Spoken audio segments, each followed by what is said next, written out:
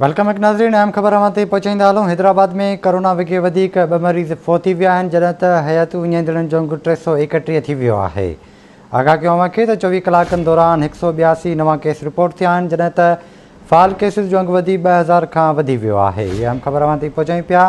हैदराबाद में कोरोना विघे वधीक 2 मरीज़ फोत थी विया आहिनि, जॾहिं त हयाती विञाईंदड़नि जो अंग 331 थी वियो आहे। तफ़सील मालूम कंदासीं हैदराबाद मां सीनियर रिपोर्टर इरफान अली बुगियो खां। जी इरफान, छा तफ़सील आहिनि?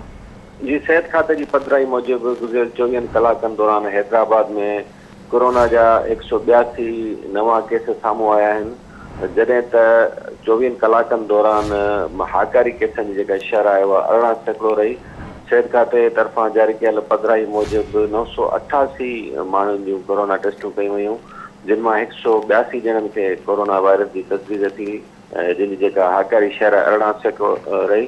जॾहिं त गुज़िरियल 24 कलाकनि दौरान कोरोना विघे 2 वधीक मरीज़ फोत थी विया, जंहिं बाद जेको आहे सो फोतियुनि जो जेको मजमूई तादाद आहे उहो 331 थी वियो आहे। जॾहिं त ठीकु आहे इरफान, वॾी महिरबानी अव्हांजी तफ़सील खां आगाह करण लाइ।